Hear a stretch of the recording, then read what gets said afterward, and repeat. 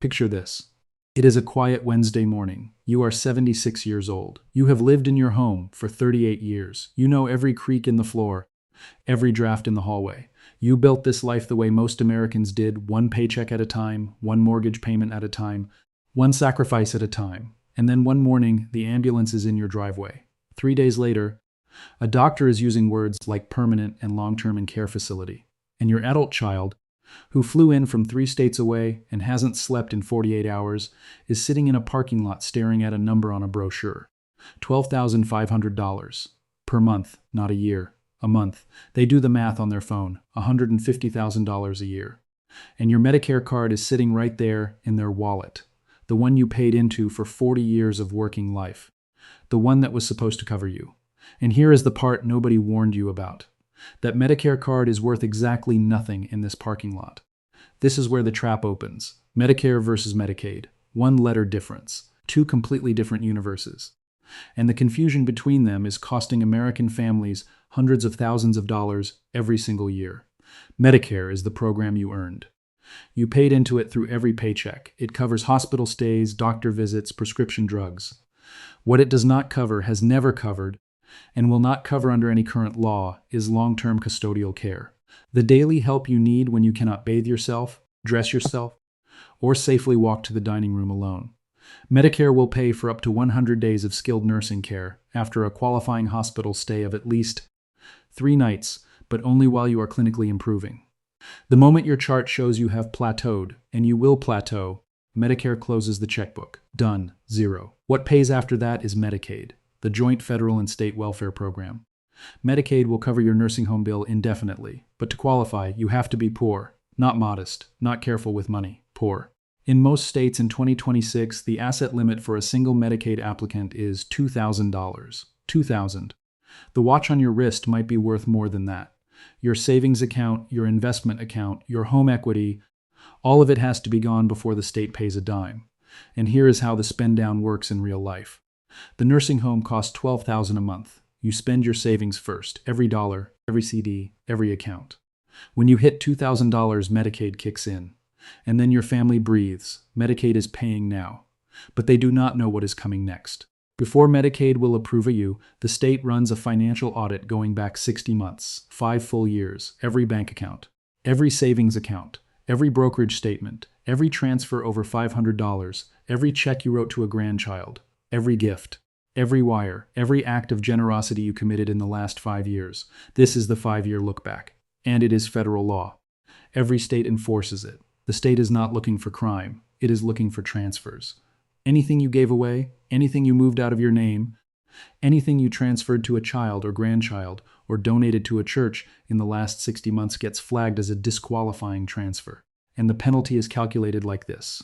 The state takes a dollar value of the transfer, divides it by the average monthly cost of nursing home care in your state, and that number is the months you are locked out of Medicaid. Let me show you the math. Florida uses roughly $11,500 as its monthly nursing home benchmark for penalty calculations in 2026. Say you gave your granddaughter $30,000 for her college tuition in 2023. 30,000 divided by 11,500 is about 2.6 months.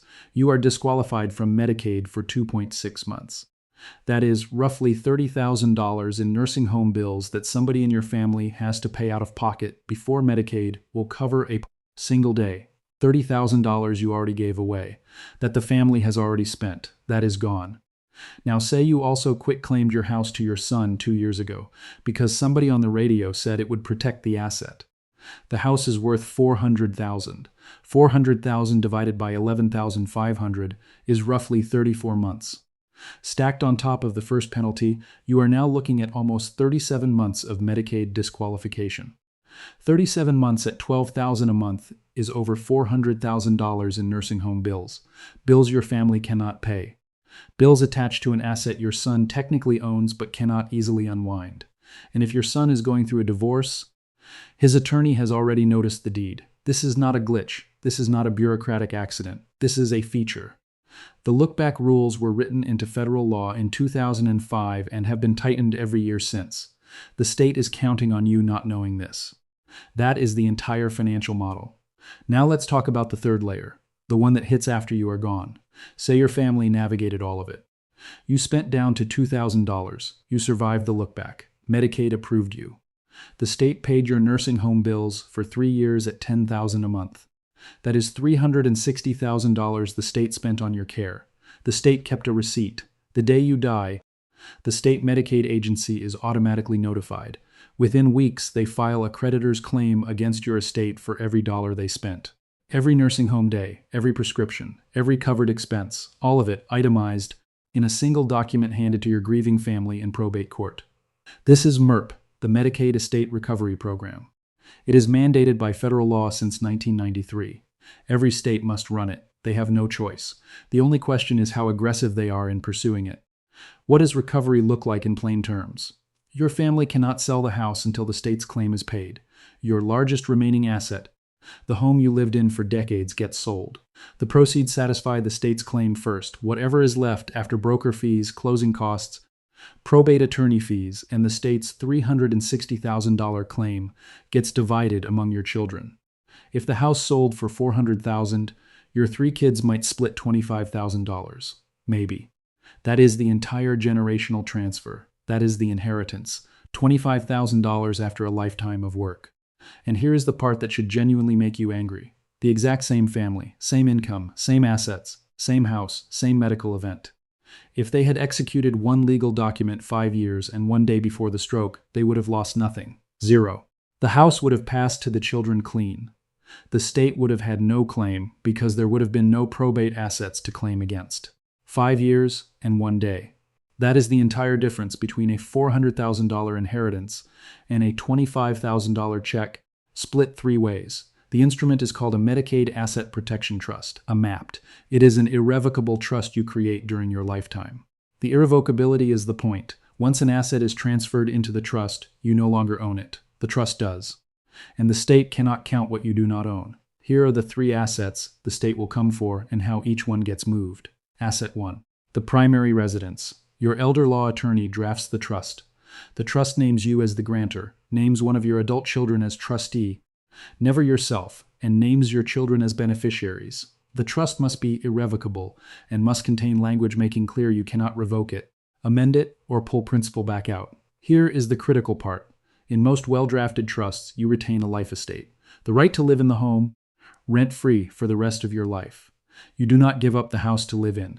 You give up the legal ownership of the house. Those are 2 entirely different things. The attorney then prepares a new deed, transferring the property into the trust. The deed is recorded at the county recorder's office. In most states, this transfer is exempt from real estate transfer taxes, but only if the right exemption form is filed. Your attorney handles this. 5 business days after recording, the deed is on file. The house is in the trust. The 5-year clock starts on the day the deed is recorded. Mark that date. 60 months from that day, the house is unreachable by Medicaid. Asset 2, cash savings. This one is mechanically simple and emotionally hard. That savings account represents decades of discipline. Every trip you did not take, every upgrade you skipped, every dollar you set aside instead of spending. Letting go of it feels wrong. Here is what actually happens if you do not move it. You enter a nursing home. The state requires you to spend down to $2,000. Your savings account is the first thing they drain. 15 months later, it is gone. Your kids inherit nothing from it. If you transfer it into the MAPT, the trustee opens a trust bank account under the trust's tax identification number. The funds go in. The trustee can distribute the interest and earnings back to you during your lifetime, giving you income. But the principal stays in the trust and cannot come back to you. That is what makes it unreachable. The clock starts the day the transfer clears. Asset 3, taxable brokerage accounts. Your Vanguard account, your Schwab account, your Fidelity account. These get transferred through a process called a retitling or change of account ownership. You contact the brokerage, provide a copy of the trust agreement or a certificate of trust, complete their transfer form, and the account gets re-registered in the name of the trust. This is not a taxable event. You are not selling anything. You are not triggering capital gains. The cost basis carries over. Dividends continue to flow through to your individual tax return under grantor. Trust rules. The brokerage sends a confirmation. You sign and return it. Done. Clock starts on the re-registration date. Let me show you 2 retirees side by side. Same age, same medical event, same assets. 2 different outcomes. Retiree 1 did no planning. He has a $400,000 home and $200,000 in savings. He has a stroke. Enters a nursing home at $12,000 a month. Spends his savings in about 16 months. Qualifies for Medicaid. The state pays roughly $376,000 over the remaining years of his life. He dies. The state files a MERP claim for $376,000. His daughter lists the house, sells it, pays the state, pays closing costs, pays probate fees. His 3 children split roughly nothing. Reddery, too, paid $5,000 to an elder law attorney 5 years and 1 day before his stroke. He transferred the house and $200,000 in savings into a MAPT. He retained a life estate in the home and received the income from the savings his entire life. He had the same stroke. His daughter applied for Medicaid. The look-back examined 60 months of transactions. The transfers to the trust occurred outside that window. The state approved Medicaid on day 1. The state paid the full nursing home cost. He died. The state attempted to file a MERP claim. The house was not in his probate estate. The savings were not in his probate estate. There was nothing to claim against. His daughter distributed the house and the cash to the 3 children per the trust terms. Total inheritance, $600,000. The difference in outcome, $5,000 in legal fees. That is a return on investment that no stock market index, no annuity, no financial product of any kind will ever match.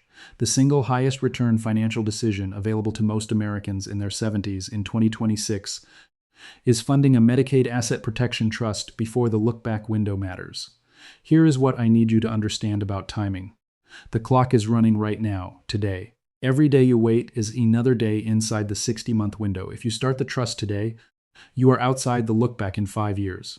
If you wait until next year, add a year. If you wait until the doctor calls with bad news, the window never clears. By then the trap has already closed. There is no version of this where waiting helps you. The look-back is not getting shorter. Medicaid is not getting more generous to families with real estate. The opposite is true. Multiple state legislatures are currently considering proposals to extend the look-back to 7 years for higher asset applicants. The enforcement is getting tighter every year, not looser. The people who protect their estates are the people who treat this like a clock problem and start the clock running today. One final note before you close this video. There is someone in your life right now who needs to see this. You know exactly who they are. The widow who keeps saying she'll deal with it eventually. The retired neighbor who says the kids will figure it out. The parent who won't discuss it because it feels morbid. That person's clock is already running whether they know it or not. Every day they wait is a day inside the trap. Send them this. One conversation now can save an entire family's legacy later. This is not legal advice. This is a map of a system that is very good at taking things from people who did not know the rules. The solution is simple, but it requires action. Talk to a licensed elder law attorney in your state. Get the trust drafted. Record the deed. Move the cash. Retitle the brokerage. Start the clock. And do not wait for Tuesday morning.